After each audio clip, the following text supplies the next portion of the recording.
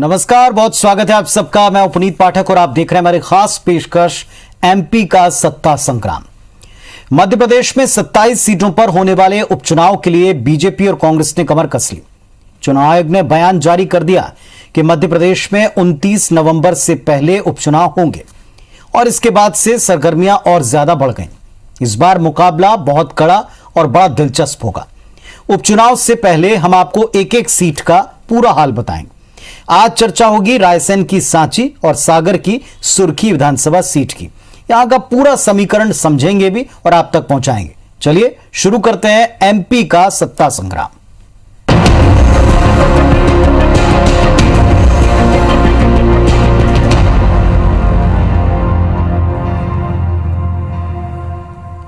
और एमपी का सत्ता संग्राम में बारी अब सांची की है। सांची रायसेन जिले का यह विधानसभा क्षेत्र अपनी ऐतिहासिक धरोहर के कारण सारे विश्व में विख्यात है।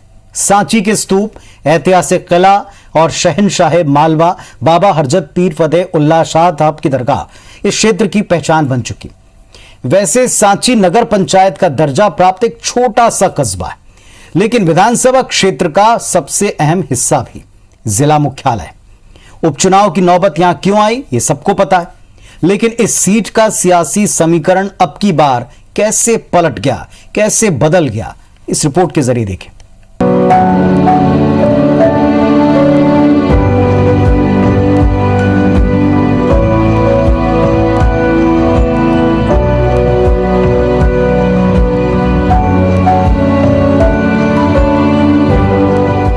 सांची विधानसभा सीट वैसे तो किसी भी दल की परंपरागत सीट नहीं रही।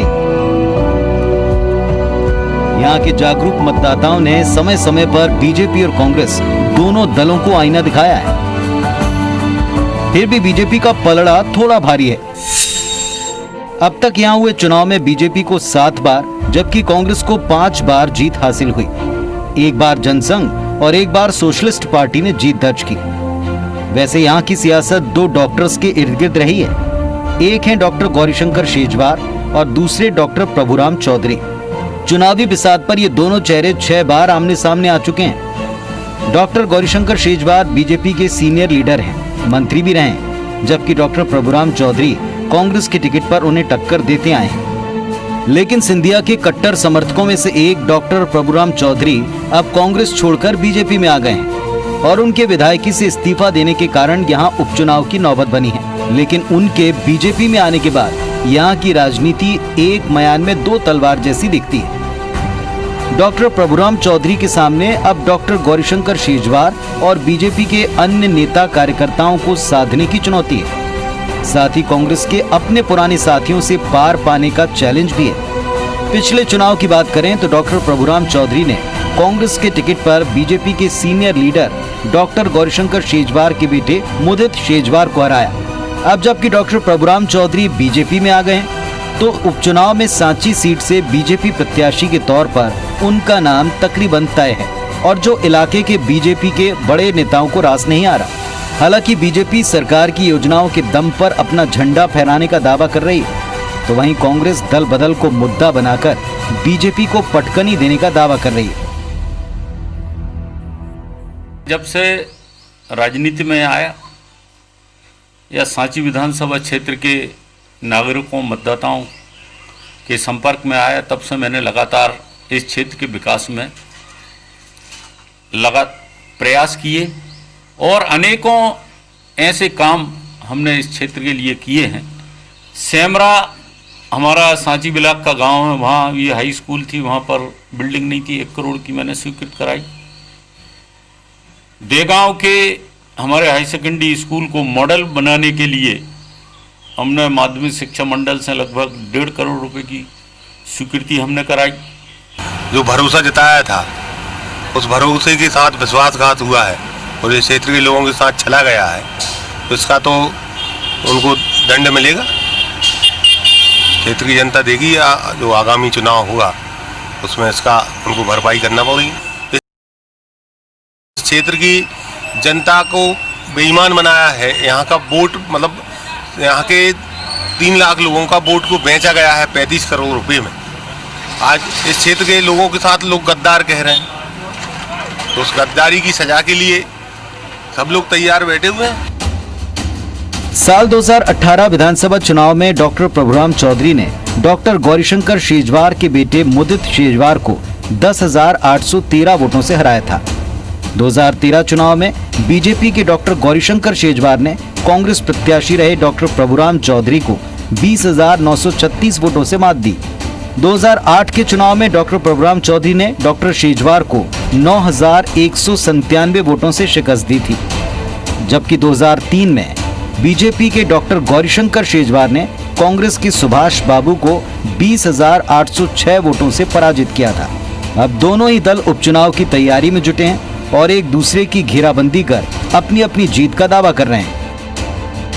यहाँ की जनता तो डॉक्टर प्रभुराम जी को बहुत चाहती है और ऐसा है कि आप तो देखना सामने वाला तो टकराएगा ही नहीं। एक तो उनको कैंडिडेट नहीं मिल रहा है, मिलेगा तो हमारे क्षेत्र से तो बहुत बहुत अच्छे वोटों से जीतेंगे विधायक। अभी जो प्रभुराम चौधरी जी कांग्रेस छोड़कर बीजेपी में आए हैं, वो अच्छे स्वभाव के व्यक्ति हैं, सबसे मिलनसार व्यक्ति हैं और चुनाव में उनका जीतना निश्चित है। बहरहाल दोनों दल चुनावी तैयारी में जुटे हैं। डॉक्टर प्रभुराम चौधरी भले ही अपनी जीत का दावा कर रहे हों, लेकिन उनकी जीत की राह आसान नहीं है, क्योंकि भारतीय जनता युवा मोर्चा टिकट के लिए फिर से युवा चेहरे मुदित शेजवार का नाम उछाल चुका है। उनके सामने बीजेपी नेताओं से सामंजस्य बैठाने की चुनौती है। साथ ही दल बदल का मुद्दा भी मैदान में डटी कांग्रेस को सपोर्ट कर रहा है। राकेश चतुर्वेदी, IBC 24, सांची। वैसे तो अब की बार के उपचुनाव में एक बड़ा कॉमन मुद्दा है, वो है दल बदल, धोखा। किस वजह से सरकार गिरी, किसने सरकार गिराई, किस कारण की वजह से अब सरकार जो चल रही है वो आगे चल पाएगी नहीं चल पाएगी, ऐसे कई आरोप हैं फिजा में। इन सब के अलावा जनता तैयार है उन वायदों का हिसाब लेने के लेकर जो राजनीतिक दलों ने चुनाव के दौरान उनसे तब भी किए थे और अब एक बार फिर कर रहे हैं। राजधानी भोपाल से महज कुछ दूरी पर स्थित इस विधानसभा में वैसे मुद्दों की कोई कमी नहीं, लेकिन अब की बार सबसे बड़ा मुद्दा होगा पूर्व मंत्री डॉक्टर प्रभुराम चौधरी का कांग्रेस छोड़कर बीजेपी में जाना।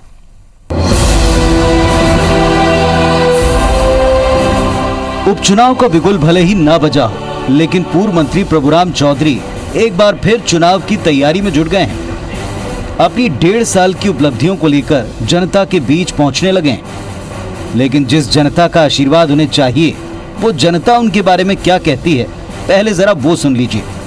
गद्दार तो है वो, गए क्यों छोड़ के जाने नहीं था उन्हें, पहले जिस चीज में थे उसमें ही रहते, भाग के क्यों गए दूसरे निकल के, जिससे जीत रहा वापस को छोड़ के जा रहा। जी हां, आगामी उपचुनाव में डॉक्टर प्रभुराम चौधरी के खिलाफ सबसे बड़ा मुद्दा दल बदलू का ही होगा। क्षेत्र की जनता उनसे ये सवाल जरूर पूछेगी कि आखिर उन्होंने दूसरी पार्टी का दामन क्यों थामा। वैसे सांची की जनता विधायक के दल बदल के मुद्दे के अलावा सड़क, पानी और बिजली जैसी बुनियादी सुविधाओं को लेकर भी आवाज बुलंद कर रही है।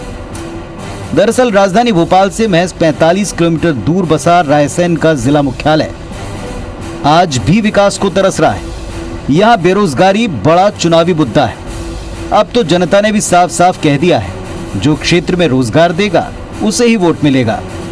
जो रोजगार के बारे में जो बात करेगा उसके लिए अपन वोट दिया जाएगा। जो आज की जनरेशन है, नई पढ़ी लिखी युवा पीढ़ी, उसके लिए एमपी में कोई रोजगार ही नहीं है। ये 70 दिन या 80 दिन का लॉकडाउन था, जो 90 दिन का, इसमें आम पब्लिक तो बहुत ज़्यादा परेशानी की दिक्कत झेलना पड़ी। जाहिर सांची का सिकंदर बनने का सपना देखने वाले दोनों दलों के दावेदारों के लिए चुनावी राह इस बार इतनी आसान नहीं रहने वाली। हालांकि काम के नाम पर यहाँ योजनाओं का लोकार्पण और भूमि पूजन जरूर हुआ, जिसे बीजेपी और कांग्रेस ने अपनी अपनी उपलब्धि साबित करने की जी जान से कोशिश की। ऐसे में सांची की जनता इन कामों का श्रेय किसके खाते में डालती है, इसका खुलासा तो उपचुनाव के नतीजे ही करेंगे। राकेश चतुर्वेदी, IBC 24, सांची। तो एक बड़ा मुद्दा तो दल बदल का है, लेकिन इस दल बदल के मुद्दे को वक्त काफी हो गया। जनता समझदार है, इलाके के विकास के लिए ऐसा किया गया, ऐसे तमाम तर्कों से ढकने की कोशिश सत्ता पक्ष ने बखूबी की। अब देखना होगा कि जनता कितना कन्विंस हो पाती है उनके इस तर्क से।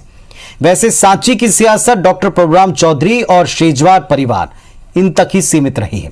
बीजेपी कांग्रेस दोनों दलों में कोई सेकंड लाइन यहां पर नहीं है और इससे अधिकांश चुनाव में डॉक्टर प्रभुराम चौधरी और डॉक्टर गौरीशंकर शेजवार इनमें आमने सामने की टक्कर होती है। लेकिन अब डॉक्टर प्रभुराम चौधरी बीजेपी में आ गए, दोनों एक दल में, लेकिन वहां अपने अलग ही समीकरण हैं। समीकरण बदल भी चुके हैं। उपचुनाव में बीजेपी से जहां प्रभुराम चौधरी का टिकट तय है, तो वहीं कांग्रेस को उनके सामने एक दमदार प्रत्याशी की अब भी तलाश है।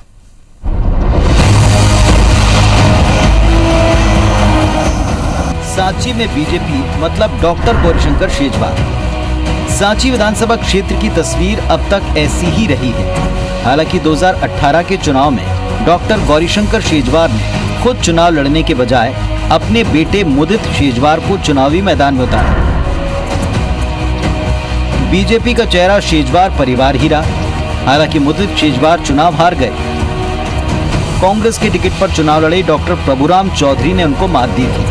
अब डॉक्टर प्रभुराम चौधरी की बीजेपी में एंट्री से शेजवार परिवार के सामने राजनीतिक विरासत को बचाने का संकट खड़ा हो गया है, क्योंकि उपचुनाव में बीजेपी प्रत्याशी के तौर पर डॉक्टर प्रभुराम चौधरी का नाम तकरीबन तय है। वहीं मंत्रिमंडल विस्तार में भी डॉक्टर प्रभुराम चौधरी का मंत्री बनना तय है। ऐसे में डॉक्टर प्रभुराम चौधरी जीत कर आते हैं तो वो बीजेपी के प्रभुराम चौधरी बन जाएंगे और अब तक सांची में बीजेपी की राजनीति में पहले पायदान पर रहने वाला शेजवार परिवार दूसरे नंबर पर आ जाएगा। हालांकि प्रभुराम चौधरी का कहना है कि उनके और शेजवार परिवार के बीच में सब कुछ अच्छा है। नहीं, हमारा कोई मनमुटाव नहीं है। वो हमारे भारतीय जनता पार्टी के वरिष्ठ लीडर हैं और मेडिकल कॉलेज में भी मेरे सीनियर थे। और जब मैं सांची विधानसभा क्षेत्र में 1985 में आया, उसके पहले से वो यहाँ विधायक रहे हैं। भारतीय जनता पार्टी के सीनियर लीडर हैं। पूरा सहयोग उनका है। हम सब लोग मिलकर भारतीय जनता पार्टी की जीत सुनिश्चित है। हालांकि डॉक्टर प्रभुराम चौधरी जैसा दावा कर रहे हैं, हालात वैसे भी नहीं है। उपचुनाव में उनकी राह इतनी आसान नहीं जितना वो बताते हैं। जमीनी हालात का इशारा है कि उपचुनाव में प्रभुराम चौधरी को शेजवार परिवार का अंदरूनी साथ नहीं मिला तो चुनाव में नुकसान पहुंच सकता है। हालात ऐसे हैं कि डॉक्टर गौरीशंकर शेजवार ने कोई प्रतिक्रिया देने तक से दूरी बना ली। इधर प्रभुराम चौधरी के दल बदलते ही कांग्रेस इसे मुद्दा बना रही है। डॉक्टर प्रभुराम चौधरी के कांग्रेस से अलग होते ही पार्टी की सेकेंड लाइन को टिकट मिलने का रास्ता साफ हो गया है। कांग्रेस से टिकट की दावेदारी कर रहे नेताओं की लंबी लिस्ट है, जिनमें एक नाम है मदन चौधरी। मदन चौधरी वर्तमान में जिला पंचायत सदस्य हैं, साथ ही कांग्रेस के वरिष्ठ नेता हैं। दूसरा नाम है मुन्नीबाई जोहरे। मुन्नीबाई पूर्व जनपद अध्यक्ष रही हैं। इन्हें महिला नेता होने का लाभ मिल सकता है। संदीप मालवीय भी दावेदारी कर रहे हैं। पार्टी के युवा नेता हैं। युवा कांग्रेस सांची विधानसभा के अध्यक्ष हैं। इसके अलावा बलवंत शाक्य का नाम भी टिकट के दावेदारों में शुमार है। दावेदारी को लेकर इनके अपने तर्क हैं। 4 चुनाव हमने रेगुलर जीते हैं कि 2000 से लेके अभी 2020 तक हमने 4 चुनाव जीते रेगुलर। और किसानों और मजदूरों के वो गांव में सब संपर्क साधते रहते हैं, सतत प्रयास में लगे रहते हैं। छोटे छोटे किसानों को फ़ायदा, छोटे छोटे मजदूरों को फ़ायदा, सभी लोगों को, और जातिगत गतिविधियों पे भी, विचारधाराओं पे काम करते हैं। वर्तमान हालात में कांग्रेस में स्थानीय नेताओं में से किसी एक को टिकट मिलने की उम्मीद है। हालांकि इस बार बाहरी प्रत्याशी आने की अटकलें भी हैं। वैसे कांग्रेस साफ कर चुकी है कि टिकट को लेकर उन्होंने फिलहाल सर्वे का फॉर्मूला सेट किया है। सर्वे में जिसका नाम अव्वल होगा, कांग्रेस उसी को अपना टिकट देगी। कुल मिलाकर हालात कहते हैं कि उपचुनाव में सांची सीट पर कड़ी टक्कर देखने को मिल सकती है। राकेश चतुर्वेदी, IBC 24, 27 सीटों पर उपचुनाव। चुनाव से पहले हर एक सीट का पूरा हाल बताने के लिए स्पेशल सीरीज एक बार फिर हम आपके साथ में साझा कर रहे हैं सागर के बारे में और सागर की सुर्खी सीट के बारे में। सागर जिले की एक महत्वपूर्ण सीट है सुर्खी। चारों तरफ से सागर से घिरी हुई ग्रामीण परिवेश वाली सुर्खी सीट का चुनावी गणित पूरी तरह इलाके के जातिगत समीकरण पर ही अब तक बेस रहा है। इलाके में कांग्रेस और भाजपा दोनों के दिग्गज नेताओं को जनता ने भरपूर अवसर दिया, कई बार दिया, लेकिन फिर भी इलाके को आप देखें तो एक पिछड़ा हुआ इलाका ही नजर आएगा। कांग्रेस की सबसे बड़ी दिक्कत गोविंद सिंह राजपूत के सामने एक मजबूत कैंडिडेट को उतारने की है। तो भाजपा की चुनौती है गोविंद सिंह राजपूत के खिलाफ पार्टी के भीतर बगावत को वक्त रहते थामना और उनके लिए काम पर लगाना।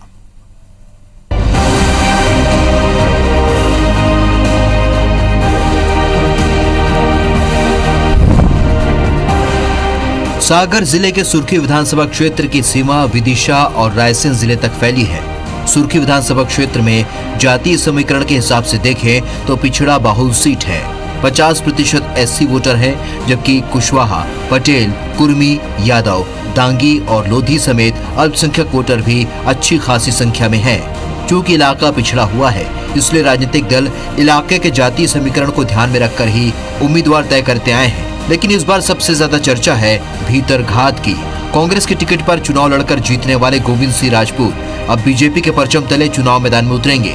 ऐसे में पिछले चुनाव में गोविंद सिंह राजपूत के सामने भाजपा से प्रतिद्वंदी रही पारुल साहू, इसके अलावा राजेंद्र सिंह मोकलपुर और सुधीर यादव गोविंद सिंह राजपूत की जीत की राह को मुश्किल बना सकते हैं, जिसकी बानगी अभी से पारुल समेत इलाके के भाजपा नेताओं की नाराजगी के तौर पर दिखने लगी है। गोविंद सिंह राजपूत के बारे में भाजपा नेताओं का कहना है कि अब तक के सर्वे में गोविंद सिंह की स्थिति ठीक नहीं है। इसके अलावा बीजेपी का कार्यकर्ता गोविंद सिंह राजपूत को स्वीकार नहीं करेगा। भारतीय जनता पार्टी में सब कुछ कार्यकर्ता होता है और जब भी कोई कैंडिडेट चुनाव लड़ने उतरता है तो कार्यकर्ता का समर्थन और सपोर्ट बहुत ज़रूरी है। और सुर्खी विधानसभा क्षेत्र में आप सब ने भी सुना होगा, सर्वे के माध्यम से जो जानकारी मिली है या मीडिया के माध्यम से जो रिपोर्ट्स आ रही हैं, अभी तो रिपोर्ट्स उनकी बहुत नेगेटिव है और कार्यकर्ता किसी भी तौर पे एक्सेप्ट नहीं कर पा रहा है। और कार्यकर्ता के सपोर्ट के बिना मुझे लगता है कोई भी कैंडिडेट की जीत संभव नहीं है। जिस तरीके से मंत्री गोविंद सिंह राजपूत ने कांग्रेस के कार्यकर्ताओं को सुर्खी विधानसभा क्षेत्र के मतदाताओं को बेचने का काम करते हुए बदनाम किया है और सुर्खी को अपमानित किया है, इस बात से कार्यकर्ता बेहद खफा है। देखिए, जहां तक गोविंद राजपूत जी अगर अपनी सामंतवादी प्रवृत्ति में परिवर्तन नहीं लाएंगे और कार्यकर्ताओं से तालमेल नहीं बनाएंगे तो निश्चित है उनको तकलीफ पैदा होंगी। और अगर पार्टी का कार्यकर्ता साथ नहीं देगा तो हम लोग भी फिर कोई दूसरा रास्ता चुनेंगे। चुनावी मैदान के इतिहास की बात करें तो सुर्खी विधानसभा क्षेत्र में 1998 और 2003 के चुनाव में गोविंद सिंह राजपूत के सामने भाजपा प्रत्याशी रहे भूपेंद्र सिंह भी बड़ा नाम और रसूख रखते हैं। हालांकि भूपेंद्र सिंह ने सुर्खी छोड़ खुरई को अपना चुनाव क्षेत्र बना लिया है, लेकिन सुर्खी पर उनकी पकड़ अब भी कायम है। सुर्खी में भाजपा ने उपचुनाव संचालन की जिम्मेदारी भूपेंद्र सिंह को सौंपी है। गोविंद सिंह राजपूत कांग्रेस के टिकट पर 2018 में तीसरी बार विधायक चुने गए। इसके पहले 1993 और 1998 में भूपेंद्र सिंह सुर्खी से विधायक रहे। ऐसे में जबकि गोविंद सिंह राजपूत का भाजपा में कई नेता और समर्थक विरोध कर रहे हैं, क्या चुनाव से पहले भूपेंद्र सिंह गोविंद सिंह राजपूत को जीत दिला पाएंगे? ये बड़ा सवाल है। पार्टी जिन्होंने बदली थी वो फिर वापसी कर रहे हैं अपने, तो व्यक्तिगत लाभ के लिए, सिर्फ पद के लिए जो व्यक्ति पार्टी बदलते हैं, ये संस्कृति हमारे भारतीय जनता पार्टी में नहीं रही है। तो केवल इस संकट के समय भी अपना व्यक्तिगत लाभ देखना, पद देखना, और जहां लाभ मिले तो मुझे लगता है ऐसे लोग वापस भी चले जाए, उसमें कोई दोहरा नहीं है। मुझे लगता है पॉसिबल इट इज। हमने आपको अपना वोट वहाँ बेंगलोर में जाकर बिकने के लिए नहीं दिया था। हमने आपको वोट दिया था कि 5 साल तक कांग्रेस की सरकार चलेगी। हम देखें, वो जनता चाहती थी कि हम देखें क्या करके दिखाती है कांग्रेस को, कि पहले 15 साल तक कुशासन देखा था भाजपा का, तो इसलिए उम्मीद थी लोगों की, उस उम्मीद पे पानी फिरा है। तो जनता में बहुत क्रोध है, आक्रोश है। लोग परिवर्तन चाहते थे, इस कारण से कांग्रेस की सरकार बनी थी। अब चूंकि उसके लिए खरीद फरोख्त करके वही सरकार फिर से उनके ऊपर लाद दी गई, तो लोगों में आक्रोश तो है इस बात का कि हमने अगर आपको चुना था, हमने अपनी वोट से आपको विधायक बनाया था, आपने बिना किसी से पूछे, बिना किसी से बात किए अपनी त्यागपत्र दे दिया और दूसरी पार्टी में चले गए। दूसरी तरफ गोविंद सिंह राजपूत के कांग्रेस छोड़कर जाने से इलाके में कांग्रेस को काफी नुकसान हुआ है। गोविंद सिंह के भाई हीरा सिंह ग्रामीण कांग्रेस के कई सालों से अध्यक्ष रहे। गोविंद सिंह राजपूत की बड़ी साख की वजह से कोई दूसरा बड़ा नेता उभरा नहीं। ऐसे हालात में सुर्खी सीट पर कांग्रेस की कमान जिले के कांग्रेसियों ने संभाल ली है। पूर्व मंत्री हर्ष यादव, प्रभु सिंह, सुरेंद्र चौधरी समेत अरुणोदय चौबे और जीवन पटेल जैसे कांग्रेस नेता इलाके में सक्रिय है। कांग्रेस के सामने फिलहाल सीट पर मजबूत चेहरा उतारने की चुनौती है। उमेश यादव, IBC 24 सुर्खी। और सागर की जो सुर्खी सीट है वो ऐतिहासिक और सांस्कृतिक तौर पर समृद्ध बुंदेलखंड का हिस्सा है। सागर की सुर्खी विधानसभा क्षेत्र से पिछली बार कांग्रेस के टिकट पर गोविंद सिंह राजपूत चुनाव जीत चुके और मंत्री भी बने। इसके पहले भी वो 3 बार कांग्रेस के टिकट पर चुनाव जीत चुके हैं। अब सिंधिया के साथ में पार्टी बदलकर वो बीजेपी का हिस्सा है।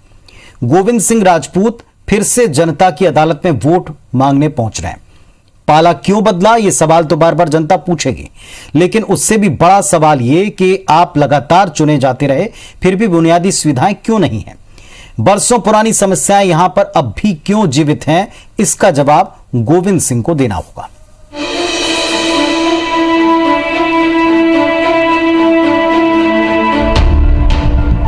सुर्खी विधानसभा क्षेत्र में आने वाले राहतगढ़ नगर पंचायत समेत जैसी नगर, सिहोरा, बिलहरा और सुर्खी जैसी 4 बड़ी ग्राम पंचायतें शामिल हैं। कहते हैं कि इलाके की तस्वीर बता देती है कि उस इलाके का नेता कैसा है। इस लिहाज से देखें तो धाकड़ नेता और मंत्री गोविंद सिंह राजपूत का विधानसभा क्षेत्र सुर्खी बुंदेलखंड के बाकी हिस्से की तरह सिंचाई और पीने के पानी की बड़ी किल्लत से जूझता दिखता है, जो गर्मी बढ़ने के साथ साथ विकराल होती जाती है। स्वास्थ्य सेवाएं लचर है। जैसी नगर और राहतगढ़ जनपद के स्वास्थ्य केंद्रों में डॉक्टर्स की हमेशा कमी रहती है। बिलहरा और सिहोरा क्षेत्र में तो स्वास्थ्य सेवाओं के नाम पर कुछ नहीं है। शिक्षा क्षेत्र की बात करें तो सुर्खी काफी पिछड़ा हुआ है। शिक्षा क्षेत्र में भी इलाके की बरसों पुरानी समस्या है उच्च शिक्षा के लिए लोगों का भटकना। यहाँ के लोगों को उच्च शिक्षा के लिए सागर जाना होता है। जैसी नगर में शासकीय कॉलेज की पिछले चुनाव में भी मांग उठती रही। वायदे और दावे भी हुए, लेकिन मिला कुछ नहीं। नतीजा, कॉलेज की पढ़ाई करने के लिए विधानसभा क्षेत्र के छात्र 40 किलोमीटर का सफर तय करके सागर जाते हैं। पूरी तरह ग्रामीण विधानसभा होने के कारण सुर्खी विधानसभा क्षेत्र में कोई उद्योग नहीं है, जिससे क्षेत्र में बेरोजगारी एक बड़ी समस्या है। यहाँ सुविधाएं मिलनी चाहिए और जो भी समस्या है और अच्छे डॉक्टर आना चाहिए और सब सुविधाएं यहीं जैसी नगर में मिलना चाहिए कि जिसमें सागर जिला ना जाना पड़े। अभी यहाँ सामुदायिक स्वास्थ्य केंद्र में स्वास्थ्य की क्या स्थिति? बिल्कुल जीरो है। अस्पताल में 1 आध डॉक्टर है बस, 2 घंटा 2 घंटा बैठा है, ठीक है, नहीं तो क्या कर रहे हो। अब आप लोग मांग नहीं करते क्या कि यहाँ पे ये चीजें होनी चाहिए? मांग करने से हो जब काम जब तो है। वहाँ पे सरकार बीजेपी की थी, यहाँ विधायक कांग्रेस का है। इस प्रकार से यहाँ कोई विधायक जब सत्ता पक्ष का रहेगा तब तो विकास होगा। जैसी नगर जैसी बड़ी ग्राम पंचायत में भी सामुदायिक स्वास्थ्य केंद्र बदहाल है। इसके अलावा जैसी नगर को नगर पंचायत बनाने की भी मांग बार बार उठती रही है। जाहिर है ये सब इस बार भी चुनावी मुद्दा बनेगा। ये तय है कि इलाके के पिछड़ेपन का ठीकरा नेता एक दूसरे पर फोड़ेंगे। पहले भी ये होता आया है और इस बार के उपचुनाव में भी होगा। बड़ी बात यह कि पाला बदल चुके पूर्व सरकार और मौजूदा सरकार के मंत्री गोविंद सिंह राजपूत की दलीलें क्या इलाके की जनता को अपने पक्ष में लाने में कामयाब हो पाएंगी। उमेश यादव, IBC 24 सुर्खी। तो सांची हो या सुर्खी हो, दोनों विधानसभा सीटों पर दिग्गज नेताओं की किस्मत और साख दोनों दांव पर है। और इस सवाल के साथ कि क्या जनता ने वाकई उनको इस बात के लिए माफ किया कि उन्होंने पाला बदला है, मंत्री रहते हुए भी इलाके में विकास क्यों नहीं हुआ, क्या इसका जवाब उनको इस लगातार आगे बढ़ते वक्त के साथ जनता तक पहुंचा है। और जनता क्या उस वायदे से एक बार फिर अपने आप को जोड़ पाएगी जो ये नेता यहां पहुंचकर कर रहे हैं, इसका जवाब जनता बहुत जल्द देगी। फिलहाल इस बुलेटिन में इतना ही, इस खास प्रस्तुति में इतना ही। खबरों अपडेट्स के लिए आप देखते रहिए IBC 24। नमस्कार।